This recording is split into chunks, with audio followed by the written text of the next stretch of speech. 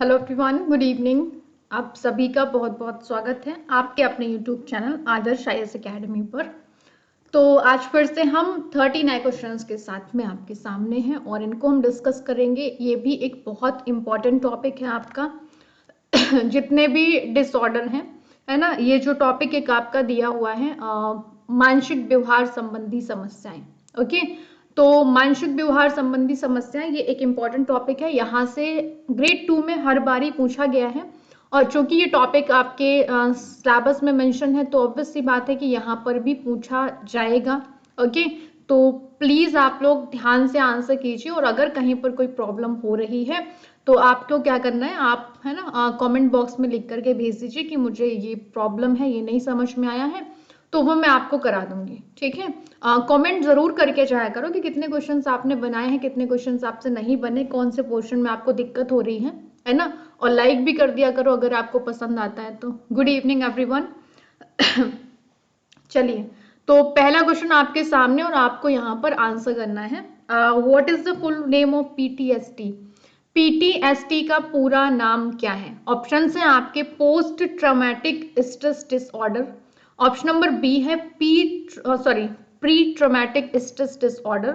Option number C है post trauma stress disease. Option number D है pre trauma stress disease. Okay, तो भाई पीटीएसटी का फुल फॉर्म यहाँ पर क्या है? जल्दी से राइट आंसर करो मुझे।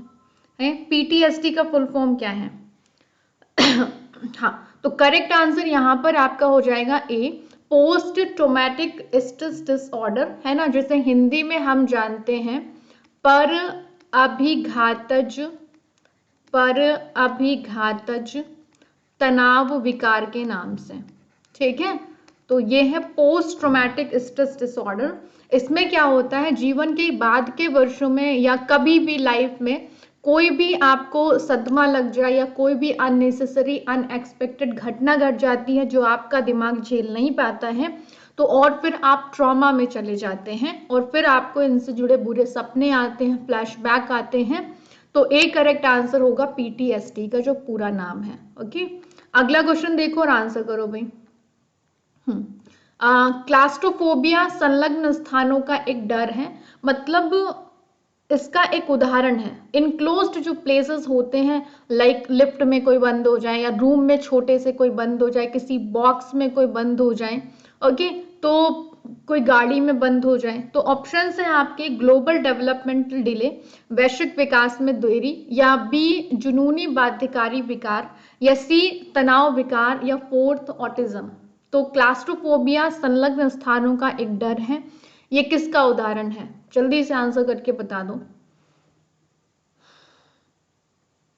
तो करेक्ट आंसर यहाँ पर आपका जो हो जाएगा वो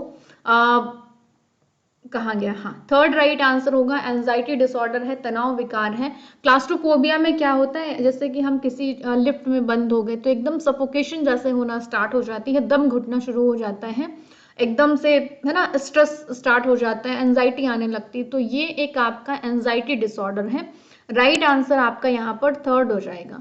अभी अगर हम ग्लोबल डेवलपमेंटल डिले के बारे में बात करें तो ये अंडर 5 इयर्स के बच्चों में होता है। इनका जितना भी विकास होता है वो सब बहुत धीमे होता है। ओके, ऑब्सेसिव कंपल्सिव डिसऑर्डर के बारे में अगर हम बात करें तो इसमें हम दोहराव वाला दिखाते हैं, मतलब बार बार रेपिटेटिव बिहेवियर हम दिखाते हैं। ओके, तो जैसे बार बार हाथ धुलना या कोई थॉट बार बार आना, तो ये ऑब्सेसिव कंपल्सिव डिसऑर्डर, उस चीज के लिए ऑब्सेशन हो जाना। ऑटिज्म क्या होता है, ये स्वलीनता विकार होता है, इसमें बच्चा सेल्फ सेंटर्ड होता है। ओके, दूसरों में ही सीमित रहता है, इसमें बच्चा अपने में सीमित रहता है, दूसरों से इन्वॉल्व नहीं हो पाता है। ओके, अगला क्वेश्चन देखिए और आंसर कीजिए भाई। कुछ बच्चे लंबे समय तक घर से दूर रहने के बाद भी घर से दूर होने पर अत्यधिक चिंता का अनुभव करते हैं, तो वे किस से पीड़ित हो सकते हैं? ओके, घर से दूर रहने के बाद भी, घर से दूर होने पर मतलब जैसे कि तुम ऑलरेडी हॉस्टल में रह रहे हो लेकिन जब घर आते हो तो फिर जब हॉस्टल जाते हो तो आपको, है ना, अच्छा नहीं लगता है, सैड फील होता है। तो ये स्कूल फोबिया है, या सामाजिक चिंता है, या आचरण विकार है, या फोर्थ अलगाव की चिंता है। जल्दी से आंसर करके भी बता दीजिए ये कौन सा डिसऑर्डर है, कौन सी प्रॉब्लम है ये। हाँ, तो ये जब हम क्या होता है, सेपरेशन एंजाइटी डिसऑर्डर है आपका, फोर्थ राइट आंसर होगा। जब हम अलग होने से डरते हैं, हमें मतलब होम सिकनेस है, ठीक है, हम अपने फैमिली मेंबर से अलग नहीं हो पाते, दूर नहीं हो पाते, तो वो बच्चा सेपरेशन एंजाइटी डिसऑर्डर से होता है। ये इवन एडल्ट बड़ों में भी दिखने को मिलती है, ठीक है। कुछ बच्चे होते हैं जो मम्मी से दूर ही नहीं जा पाते हैं। ओके, चलिए अगला क्वेश्चन देखिए और आंसर कीजिए भाई। नेक्स्ट क्वेश्चन है कि bipolar disorder is which type of disorder? द्विध्रुवीय विकार किस प्रकार का विकार है? ऑप्शन है मनोदशा, मूड, लर्निंग, अधिगम, पर्सनालिटी, व्यक्तित्व या थॉट। तो बाइपोलर डिसऑर्डर ये किस तरह का डिसऑर्डर है? जल्दी से आंसर कर दो। हाँ, तो बाइपोलर या द्विध्रुवीय विकार में क्या होता है आपका, हमारे सडन क्या होते हैं, मूड चेंज होते हैं, मूड स्विंग्स होते हैं, कभी खुश हैं कभी दुखी हैं। ओके, तो ये बाइपोलर डिसऑर्डर है, इसे हम मैनिक डिप्रेशन के नाम से भी जानते हैं। ओके, ये एक तरह का आपका डिप्रेशन ही होता है, स्ट्रेस बहुत होता है। ओके, तो कभी खुश हैं कभी दुखी हैं, तो ये द्विध्रुवीय विकार है, बाइपोलर डिसऑर्डर है। इसमें राइट आंसर आपका फर्स्ट हो जाएगा। ओके, अगला क्वेश्चन देखिए और आंसर कीजिए आकर के भाई। A fairly common psychological disorder that involves an irrational fear of being seen or judged। मतलब एक ऐसा डिसऑर्डर जिसमें हमको लगता है कि कोई हमें देख ना रहा हो, या कोई हमें देख रहा है तो वो जज ना कर रहा हो। ओके, या लगता है कि सब हमें देख रहे हैं, तो ये एक ऐसा डिसऑर्डर होता है आपका। ऑप्शन है सोशल एंजाइटी डिसऑर्डर, ओके, सामाजिक दुश्चिंता विकार। ऑप्शन नंबर बी है एडजस्टमेंट डिसऑर्डर, ओके, समायोजन संबंधी विकार। सी है डिसोशिएटिव आइडेंटिटी डिसऑर्डर। डी है नार्कोलेप्सी। तो राइट आंसर यहाँ पर आपका क्या हो जाएगा? हाँ, तो करेक्ट आंसर ए होगा, बी होगा, सी होगा या डी होगा? तो करेक्ट आंसर यहाँ पर आपका ए हो जाएगा, सोशल एंजाइटी डिसऑर्डर। ठीक है, तो इसमें क्या होता है, इसमें लगता है कि भाई हम कहीं पर भी किसी पार्टी में, स्कूल में हैं, किसी फंक्शन में, तो ऐसा लगता रहता है कि हमें कोई देख रहा है। ओके, तो ये चीज़ आपकी होती है सोशल एंजाइटी डिसऑर्डर। ओके, चलिए अगला क्वेश्चन देखो आकर के। हाँ, अगला क्वेश्चन क्या कह रहे हैं, हाइपोकॉन्ड्रिया ये बीमारी किस अवस्था में जन्म लेती है? ऑप्शन है आपके किशोरावस्था, बी है बाल्यावस्था, सी है शैशवावस्था, डी है वयस्कावस्था। ओके, तो जल्दी से आंसर कर दो, क्या राइट आंसर होगा?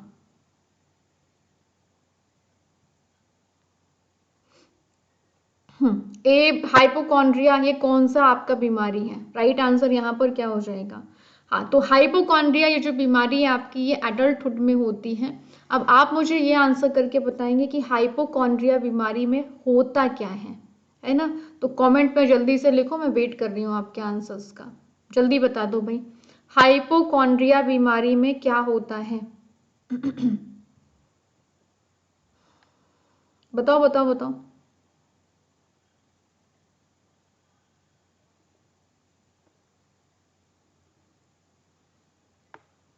कोई लोग लिखो।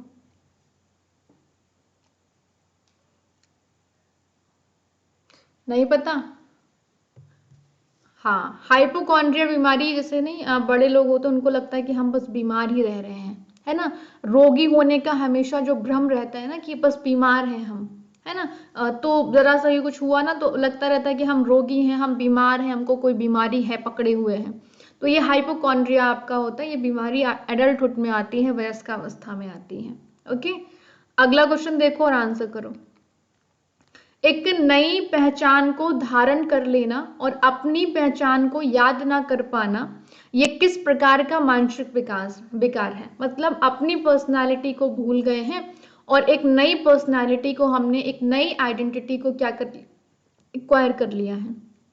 तो ऑप्शन है डिसोसिएटिव फ्यूग, ऑप्शन नंबर बी है एमेंशिया, ऑप्शन नंबर सी है depressive episodes, option number D है एगोरोफोबिया।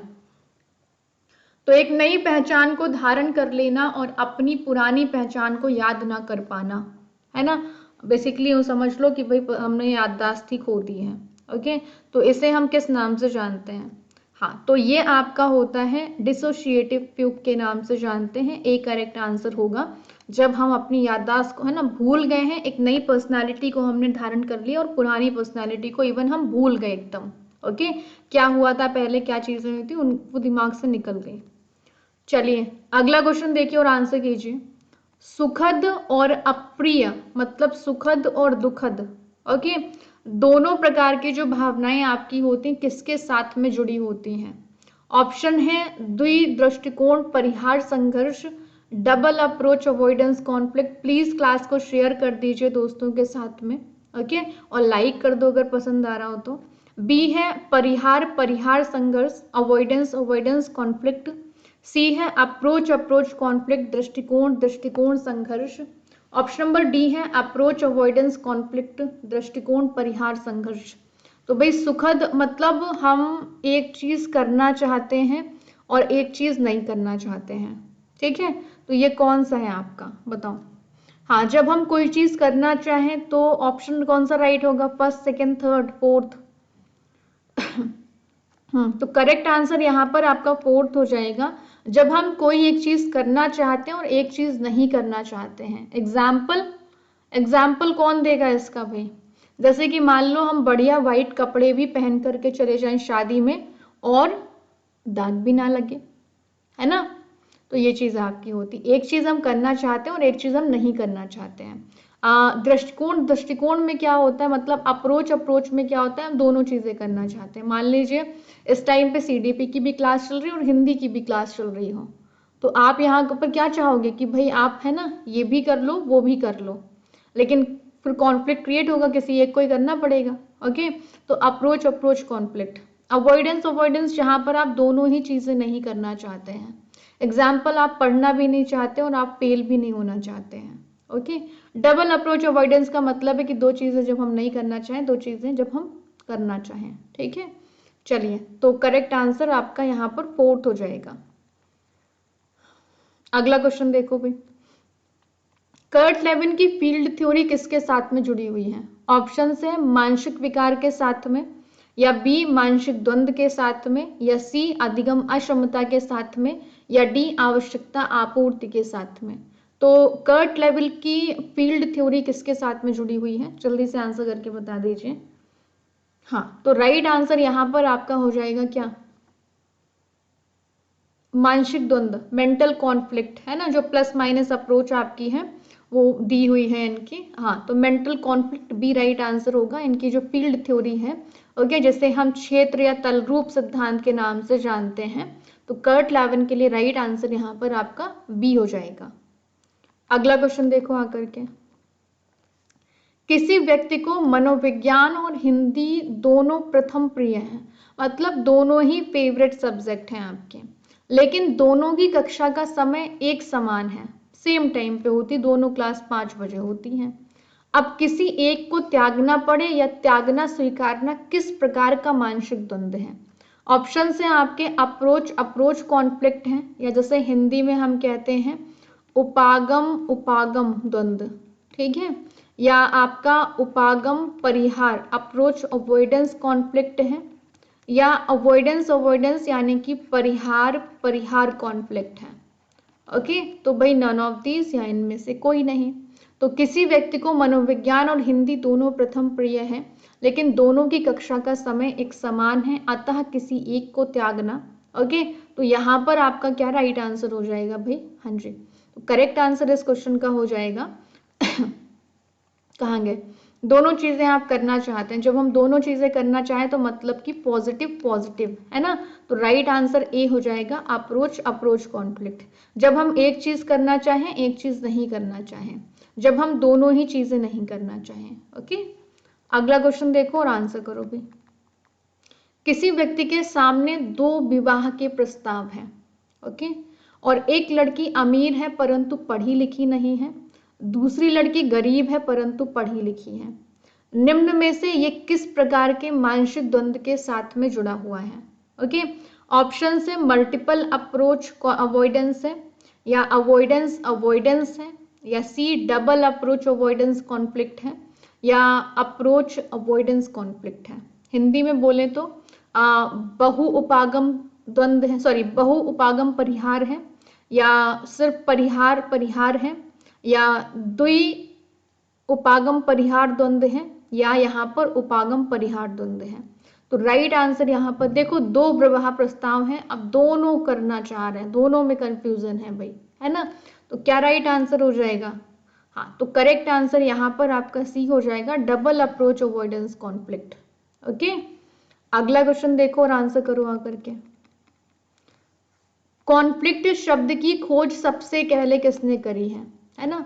द्वंद्व जिसे हम कहते हैं, तो भाई द्वंद्व शब्द की खोज सबसे पहले किसने करी है? कर्ट लेविन है, कार्ल युंग है, कार्ल रॉजर्स है, कार्ल मार्क्स है। तो लिख लो भाई, है ना, जिनको दिक्कत हो रही, और आंसर करते रहिए आप लोग। कार्ल युंग है, या कार्ल रॉजर्स हैं, या कार्ल मार्क्स हैं, जल्दी से आंसर करके बता दो। हाँ, तो करेक्ट आंसर यहाँ पर आपका क्या हो जाएगा? डी हो जाएगा, कार्ल मार्क्स। ओके, कॉन्फ्लिक्ट शब्द की जो खोज करी है वो सबसे पहले कार्ल मार्क्स ने करी हुई है। ओके, अगला क्वेश्चन देखिए और आंसर कीजिए भाई। एक बालक फुटबॉल भी खेलना चाहता है और ये भी चाहता है कि उसको चोट भी ना लगे। मतलब फुटबॉल खेलना चाहते हैं और चोट नहीं लगना चाहते हैं, है ना। तो ये किस प्रकार का मानसिक द्वंद्व है? आप खाना चाहते हैं पर मोटा नहीं होना चाहते हैं, है ना। तो भाई अप्रोच, या आप मान लो ये तो उल्टा हो जाएगा। तो यहाँ पर अप्रोच कॉन्फ्लिक्ट है, या अप्रोच अवॉइडेंस कॉन्फ्लिक्ट है, या अवॉइडेंस कॉन्फ्लिक्ट है, नन ऑफ दीज। तो मैंने आपको बोला है, जब हम एक चीज करना चाहें और एक चीज ना करना चाहें, पर यहाँ पर तो दोनों चीजें इसमें करेंगे, यहाँ पर हम दोनों नहीं चीजें करेंगे, लेकिन इसमें कह रहा है एक चीज हम करना चाह रहे हैं, एक चीज हम नहीं चाह रहे हैं। ओके, तो भाई प्लस माइनस। ओके, तो राइट आंसर आपका यहाँ पर क्या हो जाएगा? हाँ, तो करेक्ट आंसर यहाँ पर आपका बी हो जाएगा, अप्रोच अवॉइडेंस कॉन्फ्लिक्ट। ठीक है, इंपॉर्टेंट है भाई, क्वेश्चन बना हुआ है, अब आगे बनता है कि नहीं वो पता नहीं।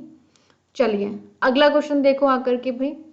कोई सिपाही ना तो युद्ध में मरना चाहता है और ना ही नकारा साबित होना चाहता है। ओके, तो भाई no soldier wants to die in war nor does he wants to be proved negative, है ना। चलिए, तो भाई ये क्या है? डबल अप्रोच अवॉइडेंस कॉन्फ्लिक्ट है, या बी अप्रोच अवॉइडेंस कॉन्फ्लिक्ट है, या अवॉइडेंस कॉन्फ्लिक्ट है, या अप्रोच कॉन्फ्लिक्ट है। तो हम यहाँ पर दोनों ही चीजें नहीं करना चाहते हैं। ओके, जब हम दोनों ही चीज, देखो मैं आपको बता दूं, जहां पर उपागम लिखा है, उपागम का मतलब हम चीज करना चाह रहे हैं, जहां पर परिहार लिखा हुआ है मतलब हम चीज नहीं करना चाह रहे। उपागम को इंग्लिश में कहते हैं अप्रोच, ठीक है, और परिहार को इंग्लिश में कहते हैं अवॉइडेंस। ओके, तो आप देख लो आकर के, यहाँ पर हम दोनों ही चीजें नहीं करना चाहते हैं, तो राइट आंसर क्या हो जाएगा? यहाँ पर अवॉइडेंस हो जाएगा, क्योंकि दोनों ही चीजें नहीं करना चाह रहे हैं। तो राइट आंसर आपका सी हो जाएगा यहाँ पर। ठीक है, अवॉइडेंस कॉन्फ्लिक्ट, यहाँ पर हम एक चीज करना चाहेंगे, यहाँ नहीं करना चाहेंगे, यहाँ पर हम दोनों ही चीजें करना चाह रहे हैं। ठीक, चलो अगला क्वेश्चन देखो आकर के भाई। टाइप्स ऑफ कॉन्फ्लिक्ट किसने दिया है? मतलब कि जो द्वंद्व के प्रकार हैं वो किसने दिए हुए हैं, है ना। ऑप्शन है आपके कर्ट लेविन, बी है कार्ल युंग, सी है कार्ल रॉजर्स, डी है कार्ल मार्क्स। तो टाइप्स ऑफ कॉन्फ्लिक्ट किसने दिए हुए हैं? जल्दी से आंसर करके बता दीजिए भाई। टाइप्स ऑफ कॉन्फ्लिक्ट, है ना, द्वंद्व के प्रकार किसने दिए हैं? चलिए,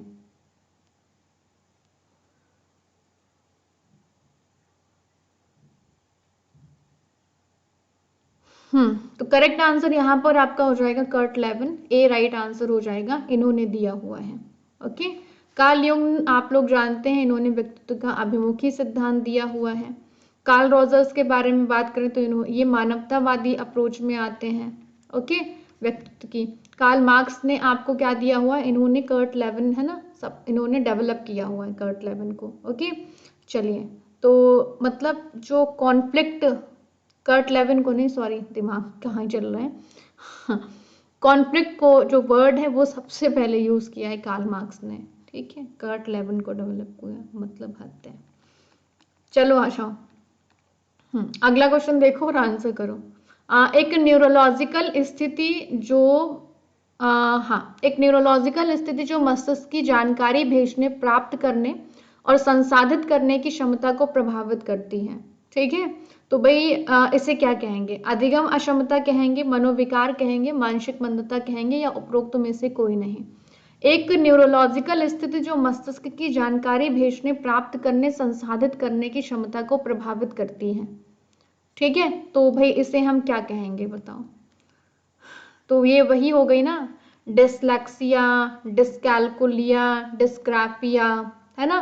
तो राइट आंसर क्या हो जाएगा? ए हो जाएगा, अधिगम अक्षमता, लर्निंग डिसेबिलिटी।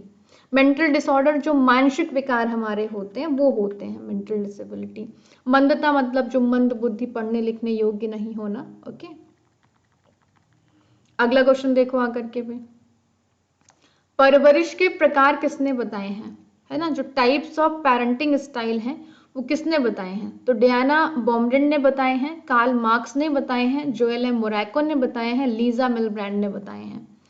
परवरिश पेरेंटिंग स्टाइल के टाइप्स किसने बताए हैं? जल्दी से आंसर करिए भाई। हाँ, तो पेरेंटिंग स्टाइल के जो टाइप आपको बताए हैं, राइट आंसर क्या हो जाएगा? हाँ, ए करेक्ट आंसर हो जाएगा, डायना बॉम्ब्रेन। ठीक है, 4 टाइप की पेरेंटिंग स्टाइल होती हैं। एक आपकी कौन सी है? सत्तावादी एक प्रकार होता है जहां पर कंट्रोल करके रखते हैं बच्चे को। एक आधिकारिक होता है जहां पर मतलब नियम वगैरह तो बनाते हैं पर थोड़ी सी फ्लेक्सिबिलिटी होती है। एक होते हैं असंबद्ध, मतलब जो एकदम ही बच्चों से कोई लगाव नहीं होता है, कोई इमोशनल अटैचमेंट नहीं होता है। और एक होते हैं अनुमोदक, परमिसिव, ये बहुत ज़्यादा लाड़ प्यार में बच्चे को रखते हैं। और सबसे बेस्ट पेरेंटिंग स्टाइल, सबसे सक्सेसफुल पेरेंटिंग स्टाइल यही वाला आपका होता है, आधिकारिक। ठीक है, अगला क्वेश्चन देखो और आंसर करो भाई। 3 पेरेंटिंग स्टाइल मॉडल में कौन सा एक टाइप नहीं है? ओके, जो 3 पेरेंटिंग स्टाइल मॉडल है इसमें कौन सा एक टाइप नहीं है? ऑप्शन है सत्तावादी, बी है आधिकारिक, सी है अनुमेय, डी है असंबद्ध। तो भाई 3 पेरेंटिंग स्टाइल मॉडल में कौन सा एक प्रकार नहीं है? तो राइट आंसर नेग्लेक्टफुल, इसमें ऐसा कोई टाइप नहीं है। बाकी 3 पेरेंटिंग स्टाइल में ये तीनों प्रकार आपके दिए हैं। ये वाले कैसे होते हैं? जो नियम कायदे कानून सेट करते हैं, जबरदस्ती फॉलो भी कराते हैं। ये वाले कैसे होते हैं? नियम वगैरह तो है ना बनाते हैं, फॉलो कराते हैं, पर अगर टूट जाए तो कुटाई नहीं करते हैं। ये वाले क्या करते हैं? नियम वगैरह तो बनाते हैं पर फॉलो करने के लिए कोई जोर जबरदस्ती नहीं होती है, ये तो एकदम कुछ नहीं करते। अगला देखिए क्वेश्चन भाई। ऐसे माता पिता जो अपने बच्चों के लिए बहुत कम नियम और सीमाएं निर्धारित करते हैं, ऐसे माता पिता दयालु किस्म के होते हैं जो अपने बच्चों को ना कहना या निराश करना पसंद नहीं करते हैं। तो ये कौन से पेरेंटिंग स्टाइल है, किस तरह के माता पिता हैं? ऑप्शन है सत्तावादी, ऑप्शन नंबर बी है आधिकारिक, ऑप्शन नंबर सी है अनुमेय, ऑप्शन नंबर डी है असंबद्ध। ओके, तो राइट आंसर यहाँ पर आपका क्या हो जाएगा? ऐसे माता पिता जो अपने बच्चों के लिए बहुत कम नियम सीमाएं बनाते हैं, और मतलब कुछ भी करो मरना है जो भी है ना, तो बहुत कोई डांटते डपटते नहीं, एकदम ना नहीं कहते हैं बच्चों से, है ना, जो भी वो चाहते हैं वो कर देते हैं। तो ये पेरेंट्स आपके आते हैं किसमें? क्या राइट आंसर हो जाएगा आपका? हाँ, ये राइट आंसर होगा सी, अनुमेय टाइप के। ओके, अगले क्वेश्चन का आंसर करो भाई जल्दी से। निम्न में से कौन सा सबसे हानिकारक पेरेंटिंग स्टाइल में से एक है? ओके, तो ऑप्शंस है सत्तावादी, बी है आधिकारिक, सी है अनुमेय, डी है असंबद्ध। ओके, तो भाई निम्न में से कौन सा सबसे ज्यादा हानिकारक पेरेंटिंग स्टाइल में से एक है? जल्दी से आंसर करके बता दीजिए। तो सबसे हानिकारक में कौन आपका जाएगा? असंबद्ध, मतलब इमोशनली बिल्कुल भी अटैच नहीं है बच्चों के साथ में। ओके, तो डी वाला आपका राइट आंसर हो जाएगा यहाँ पर। ओके, सत्तावादी ये तो सबसे बेस्ट कौन सा है? तो सबसे बेस्ट ये वाले होते हैं। ओके, चलिए अगला क्वेश्चन देखो भाई। सामान्य बच्चों के लिए किस प्रकार की पेरेंटिंग को सबसे अधिक प्रभावी और लाभकारी पेरेंटिंग स्टाइल माना जाता है ना? ऑप्शन है सत्तावादी को, ऑप्शन नंबर सी है बी है आधिकारिक को, ऑप्शन नंबर सी है अनुमेय को, ऑप्शन नंबर डी है असंबद्ध को। तो भाई सामान्य बच्चों के लिए किस तरह की पेरेंटिंग स्टाइल सबसे बेस्ट मानी जाती है? तो राइट आंसर क्या हो जाएगा? तो करेक्ट आंसर आपका यहाँ पर हो जाएगा क्या? बी। ओके, आधिकारिक पेरेंटिंग स्टाइल। ओके, ये क्या करते हैं? नियम बनाते, फॉलो भी कराते हैं, पर अगर टूट जाए इन केस तो डांटते, मारते, पिटाई नहीं करते हैं। ओके, फ्लेक्सिबल होते हैं। Okay, B correct. ये सबसे हानिकारक होता है असंबद्ध वाला, मतलब खाने पीने बेसिक नीड दे दी, उसके बाद में कोई मतलब नहीं तुम क्या कर रहे हो क्या नहीं कर रहे हो। ओके, ये चीज होती है। अगला क्वेश्चन देखिए आकर के, निम्न में से किस प्रकार की पेरेंटिंग को स्ट्रिक्ट पेरेंटिंग के नाम से भी हम जानते हैं? तो ऑप्शन से सत्तावादी को, बी है आधिकारिक को, सी है अनुमेय को, या डी है असंबद्ध को। तो किस प्रकार की पेरेंटिंग को हम स्ट्रिक्ट पेरेंटिंग भी कहते हैं? जल्दी से आंसर करके बता दीजिए। हाँ, तो राइट,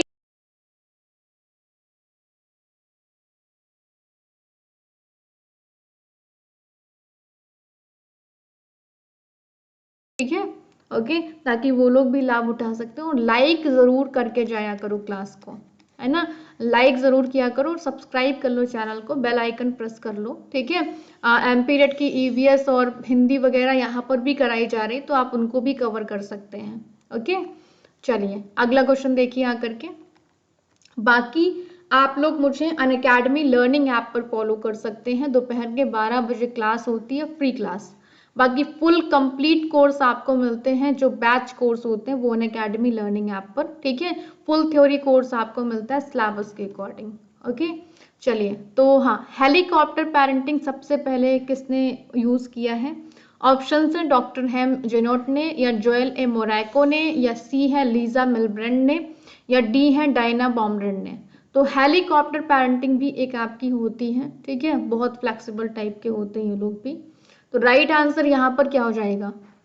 तो करेक्ट आंसर इस क्वेश्चन का हो जाएगा ए। Okay, doctor Hem जेनोट। Okay, A correct answer हो जाएगा।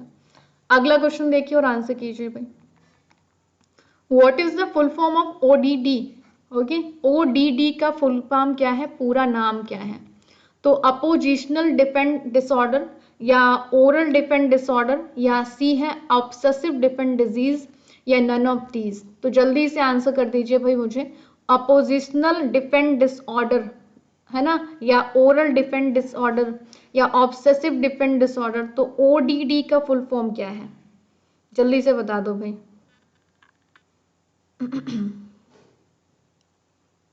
हाँ, तो करेक्ट आंसर यहाँ पर आपका क्या हो जाएगा? ए राइट आंसर होगा। जो अपोजिशनल डिफेंड डिसऑर्डर होता है, ये टाइप ऑफ है बिहेवियर डिसऑर्डर है। ये एक व्यवहार का डिसऑर्डर होता है, ठीक है।